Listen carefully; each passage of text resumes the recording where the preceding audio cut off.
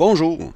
Je voulais profiter de ce début d'année scolaire pour réviser avec vous l'ensemble des applications qu'on va retrouver dans l'interface d'Office 365 en s'attardant plus particulièrement sur celles qui peuvent être utiles en enseignement, en tout cas les plus susceptibles d'être utiles. Puis c'est pas une formation, là, c'est vraiment une présentation, on va juste passer rapidement dessus pour s'assurer qu'on sait quoi sert à faire quoi et puis quelle utilité éventuelle il pourrait y avoir. Donc je vous invite à me suivre, on est dans l'interface Office comme vous le voyez. Et puis, j'ai ici dans la colonne de gauche mes applications qui sont listées, mais je ne les vois pas toutes. Donc, je vais cliquer sur la petite, j'ai peut-être été vite là, vous pouvez regarder dans la petite gaufrette en haut à gauche ici pour afficher l'ensemble des applications. Et puis, il en affiche plus, mais il n'en affiche pas pour autant la totalité. Donc, je vais venir dans toutes les applications. Et puis là, je vais vraiment avoir l'ensemble des applications listées par ordre alphabétique. Toutefois, là, pour ma présentation, vous allez revoir question convivialité, là, puis pour ne pas se perdre dans les idées, je vais faire un rassemblement plus logique un petit peu que le bête ordre alphabétique. Donc, allons-y tout de suite, on va y aller dans l'ordre le plus simple, en tout cas pour moi, ce qui m'apparaît. Le premier logiciel sur lequel on va s'attarder, c'est le logiciel Outlook, qui est le logiciel de messagerie et qui va aussi contenir notre agenda. Donc, si je l'ouvre, vous voyez qu'ici, j'ai le volet communication par courriel et ici, je vais avoir mon agenda. Donc, les deux applications, les deux utilitaires se retrouvent là, dans la même, sous la même application. Ben voilà, donc on avait Outlook. On a bien entendu là, les traditionnels Word, Excel et PowerPoint que je vais repérer pour vous dans la liste assez rapidement. On a ici Word. On a aussi un petit peu plus haut, on va avoir Excel ici. Et puis, ben, on a bien entendu le fameux PowerPoint pour faire des présentations. Donc, celles-là sont des applications relativement connues. Maintenant, on va aller voir un petit peu les autres. Ah ben tiens, Notebook, ça pourrait être intéressant d'aller par là tout de suite. Donc, vous voyez qu'il y a ici OneNote. Si vous ne connaissez pas OneNote, la comparaison est très simple à faire. Il faut le voir comme un gros cartable. Tiens, je vais l'ouvrir, pourquoi pas. Puis je vais me créer un nouveau bloc-notes pour vous le montrer. Alors, je vous dis que c'est un peu comme une espèce de gros cahier à anneaux. C'est dans le sens où dans l'application, on a des sections. Si vous regardez juste ici en bas, là, on a des sections et des pages. Donc, on peut créer des sections et chaque section va contenir des pages. Je vous le fais très rapidement. Là. Si, par exemple, j'écris ici français, je suis dans ma section français. Je vais ajouter la section, par exemple, anglais. Donc, oups, je l'ai très mal écrit. Je vais voir pour le renommer. Renommer la section. Anglais, voilà. Donc ici, là, on fait nos sections, puis dans chaque section, ben, on peut venir mettre une page. Donc si je mets un titre ici, ça va devenir le titre de la page. Voilà. Et puis dans anglais. Hein, ici, j'ai des pages regroupées sous l'onglet français et j'ai des pages regroupées sous l'onglet anglais, puis je peux ajouter comme ça à ma guise autant de sections et de pages que je le souhaite. Puis il faut comprendre que OneNote, c'est une espèce de gros fourre-tout dans lequel on peut mettre à peu près n'importe quoi. On peut mettre de la vidéo, de l'audio, du texte, des schémas, des graphiques. Bref, ça peut contenir à peu près tout. Voilà pour OneNote. Je le ferme immédiatement. Et on revient à notre interface ici. Donc, OneNote, vous comprenez que c'est une espèce de gros cahier à anneaux dans lequel on peut mettre à peu près n'importe quoi, là, puis que ça va être classé avec des séparateurs. Sur la base de l'application OneNote, Microsoft a aussi mis sur pied l'application Class Notebook, qui est la même chose, c'est sensiblement la même chose, un gros cartable, avec des sections qu'on va partager aux élèves, des sections que les élèves ne verront pas. Puis chaque élève va avoir sa propre section à l'intérieur du Class Notebook, mais tout ça, là, ça pourra faire l'objet d'une formation ultérieure là, à la demande ou même d'un accompagnement. Et puis, vous remarquerez aussi, là, un peu plus bas, qu'il y a comment ça s'appelle? Staff Notebook. Voilà, Staff Notebook est sensiblement la même chose, mais pour partager avec des collègues. Alors, voilà pour la suite, là, Notebook et OneNote. Maintenant, on va retourner tout en haut et puis on va reviser en descendant. On a fait le tour des principales applications les plus connues. Maintenant, il y a Booking qui n'est pas à négliger parce que Booking, c'est une application qui va permettre de se faire une page de rendez-vous, de réservation. Et puis les gens vont pouvoir se présenter sur cette page-là et réserver un moment avec nous. Ce qui est intéressant dans Booking, c'est que comme tout ça est arrimé à l'Office, à l'instance Office 365, ben, il va être connecté sur votre agenda. Donc, s'il y a des événements à un moment donné dans votre agenda, ben, Booking ne permettra pas de prendre un rendez-vous au moment où vous avez déjà quelque chose de prévu. Ceci dit, l'application peut être toute particulièrement utile, par exemple, pour la prise de rendez-vous lors de visites de parents. Je vous montre un peu ma page très rapidement là, de réservation. Une de mes pages, la page que j'ai créée pour faire des accompagnements. Donc, vous voyez qu'ici, je propose des accompagnements, là, différentes durées d'accompagnement. Si on prend par exemple un accompagnement de 15 minutes, eh bien, vous voyez ici, je vais venir choisir le moment, le jour, mettons le 28, et puis lui, il tient compte de mon emploi du temps dans mon agenda. Si par exemple, j'avais un événement le jeudi 28 à 8h15, ben, il ne m'aurait pas proposé. Oui, peut-être. À 8h15, peut-être qu'il me l'aurait proposé parce qu'il y a un trou de 15 minutes. Là. Mais mettons que j'avais eu une rencontre à 8h10, ben Booking ne m'aurait pas affiché ici 8h parce que c'était pas possible. Il n'y avait pas le temps d'avoir cette rencontre-là. Donc, on choisit une date, on choisit une heure. On renseigne un petit peu qui on est ici. Là. Ceci dit, ces champs-là peuvent tous être personnalisés. Ce n'est pas nécessaire du tout de demander ces renseignements-là aux participants. Et puis voilà, ça permet de faire facilement des réservations. En cliquant sur réserver, la personne qui fait la réservation va recevoir un courriel de confirmation. La personne avec laquelle cette personne-là a réservé va également recevoir un avis là, dans sa boîte courriel que quelqu'un a pris rendez-vous. Ça va automatiquement ajouter l'événement à son agenda. Et puis ça va en plus ajouter une rencontre Teams si parfois la réunion devait se faire à distance. Alors, voilà un petit peu pour Bookings. Je ne vais pas m'attarder plus que ça. Et puis, on continue notre petit tour d'horizon. Donc, le calendrier, c'est notre calendrier. Ceux-là, on les a vus. Les contacts, bien entendu, c'est l'ensemble de nos contacts. Il y a Forms. Forms, particulièrement utile pour créer des sondages ou des formulaires quelconques qu'on va pouvoir distribuer, soit collègues ou élèves. Et puis, on pourrait même attribuer des points là, en fonction des réponses des élèves. Mais bon, comme je le disais, ceci peut faire l'objet d'une formation plus spécifique. Qu'est-ce qu'il y a d'autre aussi d'être très intéressant? Ben, il y a OneDrive. Celui-là, on va se le garder pour la fin.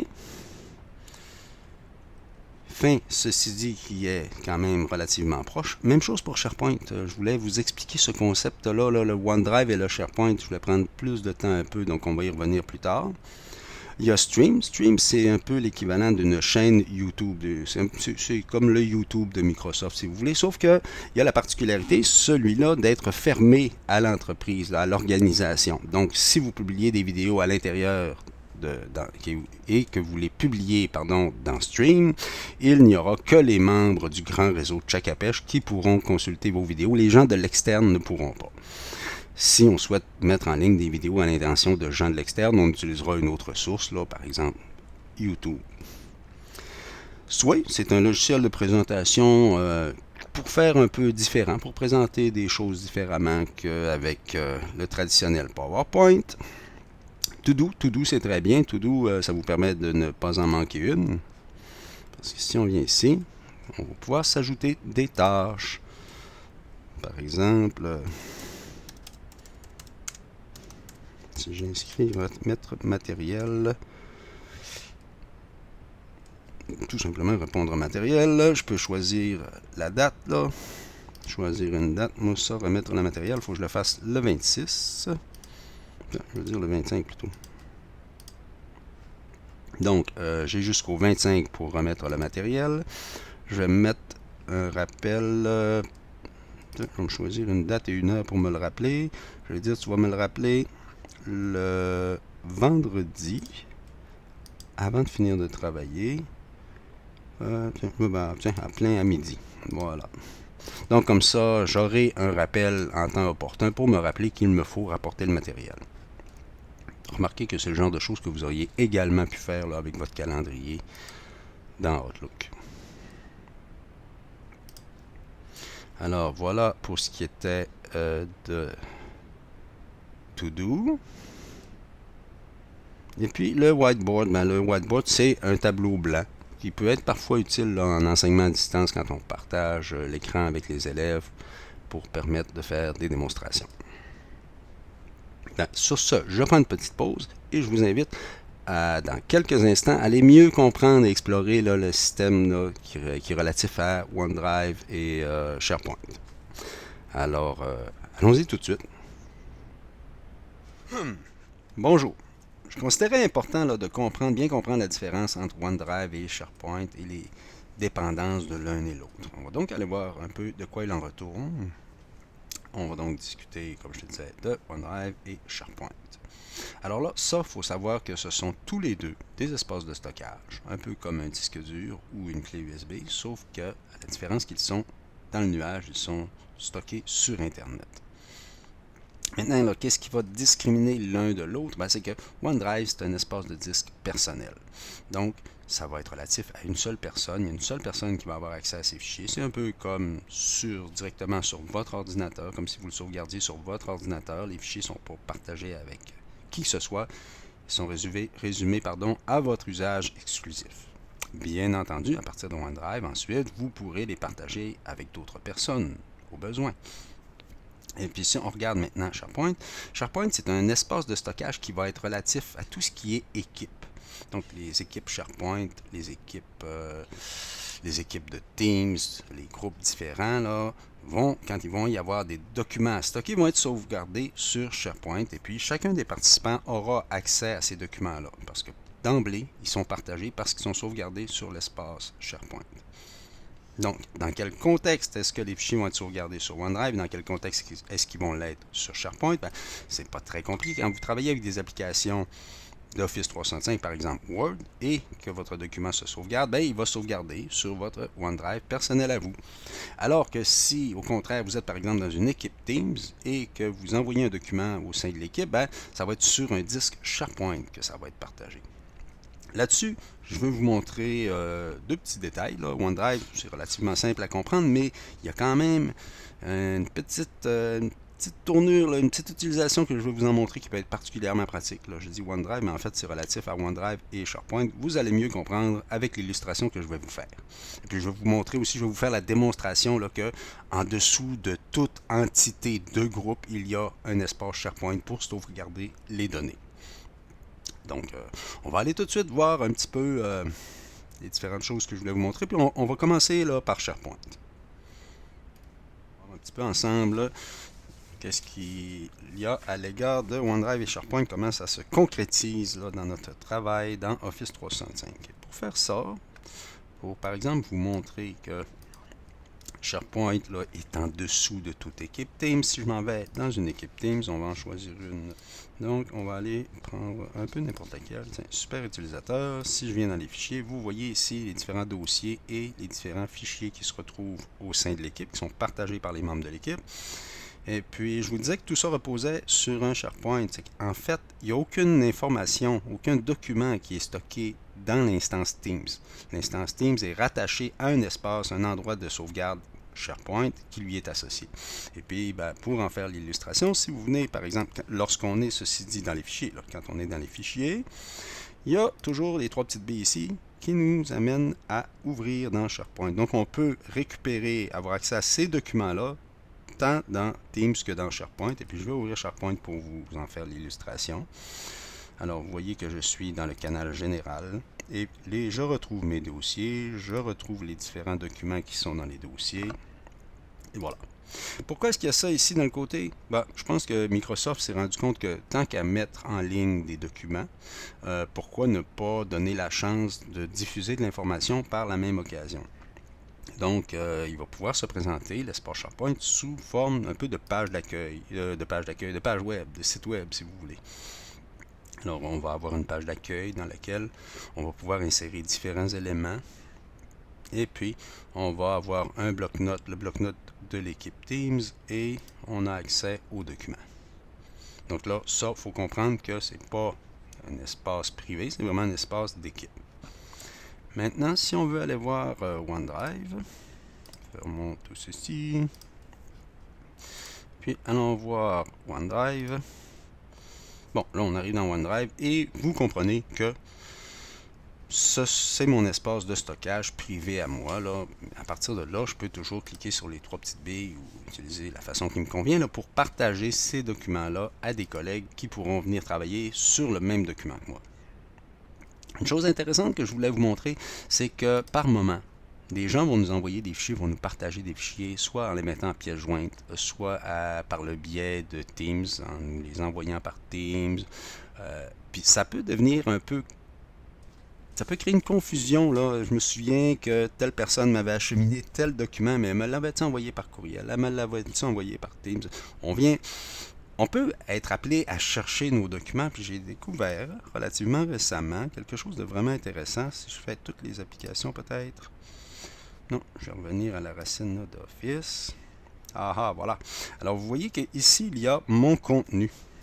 Mon contenu, ce qui est intéressant, c'est qu'il va vous présenter tous les documents qui vous appartiennent ou qui vous ont été partagés dans l'instance Office 365. Vous allez donc, peu importe le type de document, peu importe la façon dont il vous a été partagé, pouvoir le retrouver ici. Puis vous pouvez même faire une recherche en fonction de différents critères, comme ceux qui ont récemment été ouverts, ceux qui sont partagés, les documents qui m'appartiennent mais que j'ai partagés. Je me souviens que ça avait été partagé par exemple par une personne spécifique. Bien, ici, je vais pouvoir aller fouiller en fonction des personnes qui m'ont partagé des documents. Si le document a été partagé au cours d'une réunion, ben, on va pouvoir le retrouver ici. Et puis voilà. C'est un peu ça, mais je trouvais important là, de vous faire prendre conscience que mon contenu n'est pas complètement inutile. Il vous permet là, de faire une recherche de documents.